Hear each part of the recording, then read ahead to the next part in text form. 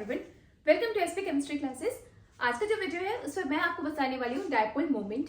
Dipole moment कैसे find out करते हैं, जस्ट 2-3 ट्रिक्स दूंगी और आपका विद इन सेकंड क्वेश्चन हो जाने वाला है। तो सबसे पहले तो जान लेते हैं कि डायपोल मोमेंट होता क्या है। डायपोल मोमेंट एक मैग्नीट्यूड है of the positive charge and negative charge, as well as वो किस पर डिपेंड करता है, distance of the two atom centres. मतलब आप सीधे से वे में बोल सकते हैं कि हमारा जो डायपोल मोमेंट है उसको डिनोट किया जाता है म्यू से, and dipole moment is equal to होता है चार्ज इनटू डिस्टेंस। तो ये हो गया चार्ज और ये डिस्टेंस। तो ये दो चीजों पे ही डिपेंड करेगा। अब चार्ज पे कैसे डिपेंड करेगा, तो दो एटम जो मॉलिक्यूल बने हैं दो एटम से, उनकी इलेक्ट्रोनेगेटिविटी के डिफरेंस के बेसिस पे ही हम इसको सॉल्व कर लेते हैं। आपको मैं अभी इन सबकी कंपेयर करके दिखाने वाली हूँ कि किसका डायपोल मोमेंट ज्यादा होगा। तो विद इन सेकंड इस टाइप का क्वेश्चन हो जाता है, तो वन बाय वन हम देख लेते हैं। सबसे पहले तो कंपेयर कर लेते हैं NH3 एंड NF3 में। एक चीज और कि हमारा जो डायपोल मोमेंट है वो एक वेक्टर क्वांटिटी है जिसको डिनोट किया जाता है म्यू से, और इसके लिए हम लिखते हैं एरो। एरो का सिंबल बनाते हैं कुछ ऐसा और ऐसे, जहां पे ये एरो का हेड साइड जो होता है वो मोर इलेक्ट्रोनेगेटिव एटम्स के लिए होगा, मोर इलेक्ट्रोनेगेटिव एटम साइड्स पे होगा, और ये जो टेल वाला पोर्शन है वो होगा मोर इलेक्ट्रोपॉजिटिव एटम साइड्स पे। तो बस एरो का ही यूज करके आप सीधे से आइडेंटिफाई कर सकते हैं कि किसका मैग्नेटिक मोमेंट ज्यादा है। तो स्टार्ट करती हूँ। सबसे पहले आपको काम कर क्या करना होता है, सबके हाइब्रिडेशन निकाल लीजिए। हाइब्रिडेशन आपको देख के समझ आ रहा होगा, sp3 sp3 sp3 टेट्राहाइड्रल है। पहले ये दो का कंपेयर करते हैं। आप कुछ ऐसा लिखोगे इसको NH H H, और यहाँ पे होगा आपका लोन पेयर। अब एरो बनाना स्टार्ट करो। एरो के बेसिस पे ही आप मैग्नेटिक मोमेंट में कंपेयर कर सकते हैं। तो अगर मैं बात करूं एरो की कि किस साइड्स पे जाएगा, तो हाइड्रोजन एंड नाइट्रोजन में किसकी इलेक्ट्रोनेगेटिविटी ज्यादा होती है। तो आपको ये चीजें पता है, नाइट्रोजन की इलेक्ट्रोनेगेटिविटी बहुत ज्यादा होता है हाइड्रोजन के कंपैरिजन में। तो एरो का डायरेक्शन कुछ ऐसा होगा।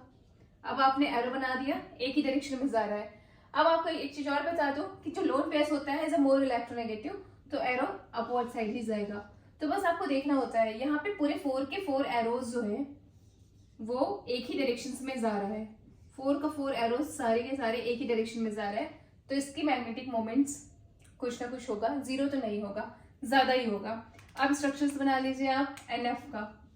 तो आप देख रहे हैं यहाँ पे F और ये F, और यहाँ पे आप बना दो क्या, लोन पेयर्स। अब एरो बनाना स्टार्ट करो। एरो किसके बेसिस पे, electronegativity. Fluorine is a more electronegative atom in periodic table. पता है आपको, इसकी इलेक्ट्रोनेगेटिविटी होती है 4 और इसका होता है कितना, 3। तो किधर जाएगा, एरो का जो एरिया है वो कुछ ऐसा जाएगा। साथ ही मैग्नीट्यूड को भी देखता है कि कितना चेंजेस आ रहा है ना, वो भी बताऊंगी मैं कि उसको कैसे अप्लाई करनी है। पहले तो आप जस्ट डायरेक्शन देख लीजिए, कुछ ऐसा होगा डायरेक्शन, और इस केसेस में डायरेक्शन होगा ऊपर। तो आपको एक चीज समझ आ रहा है कि ये दोनों एक दूसरे के अपोजिट है, तो मैग्नीट्यूड जो रिजल्टेंट मैग्नीट्यूड है वो क्या कर देगा, माइनस कर देगा। तो यहाँ पे ओनली 2 एरोज हैं जो नीचे के साइड्स पर जा रहे हैं, तो इसकी मैग्नेटिक मोमेंट्स हो गई कम। तो सीधी सी बात है, आपको अगर इन दोनों में अगर डायपोल मोमेंट्स का कंपैरिजन कराए तो आप सीधे से लिख दोगे NH3 ज्यादा डायपोल मोमेंट शो करेगा NF3 से। तो ये आपका आंसर हो गया, only on the basis of the arrow. सिर्फ एरो के बेसिस पे आप इस चीज को एक्सप्लेन कर सकते हैं कि किसका डायपोल मोमेंट ज्यादा होता है। और क्या चीजें हमने ध्यान दिया था, इलेक्ट्रोनेगेटिविटी, और उसके बेसिस पे ही एरो बनाते जानी है। एरो बना के डायहेड्रल एंगल्स निकालनी है आपको। सेम साइड्स पे एरो जा रहा है तो वो ज्यादा डायपोल मोमेंट शो करेगा। एक्चुअली वो इसके पोलैरिटी नेचर्स को बताएगा। आप फिर से कंपेयर करना इन तीनों की। पहले तो बना लेते हैं NaCl, NCl, Cl, Cl, और यहाँ पे ही। अब इलेक्ट्रोनेगेटिविटी की बात कर लो तो थोड़ा सा इलेक्ट्रोनेगेटिविटी पहले तो आपके पास होता क्या है, lithium, beryllium, boron, carbon, nitrogen, oxygen, fluorine, neon, ऐसा होगा। उसके बाद नीचे वाले ग्रुप में sodium, magnesium, aluminium, silicon, phosphorus, sulphur, chlorine, यही आसपास इसी का यूज होते जाएगा। ठीक है, तो मैं आपको बता दूं, इसको आप ले लो सेंटर, और इसका होता है 2.5। इधर जाने से 0.5 कम करते जाइए, इधर जाने से 0.5 बढ़ाते जाइए। तो आप देख पाएंगे कि जो नाइट्रोजन है उसका होता है 3, ऑक्सीजन का होता है 3.5, और जो फ्लोरीन होता है उसका हो जाता है 4। मतलब पूरे पीरियोडिक टेबल्स में आपको पता होना चाहिए फ्लोरीन, ऑक्सीजन, फिर नाइट्रोजन, फोन, इसकी इलेक्ट्रोनेगेटिविटी ज्यादा होती है। बस आप ऐसे याद रखो कि फोन की इलेक्ट्रोनेगेटिविटी ज्यादा होती है।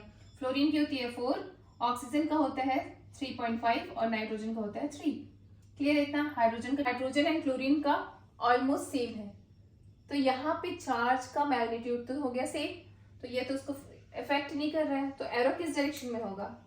आप समझ पा रहे हो? दोनों की इलेक्ट्रोनेगेटिविटी सेम है तो हम तो एरो बना ही नहीं सकते क्योंकि इसके इलेक्ट्रॉन का डायरेक्शन ही नहीं पता, तो इसमें किसी भी टाइप का एरो नहीं बनेगा, ओनली वन एरो बनेगा।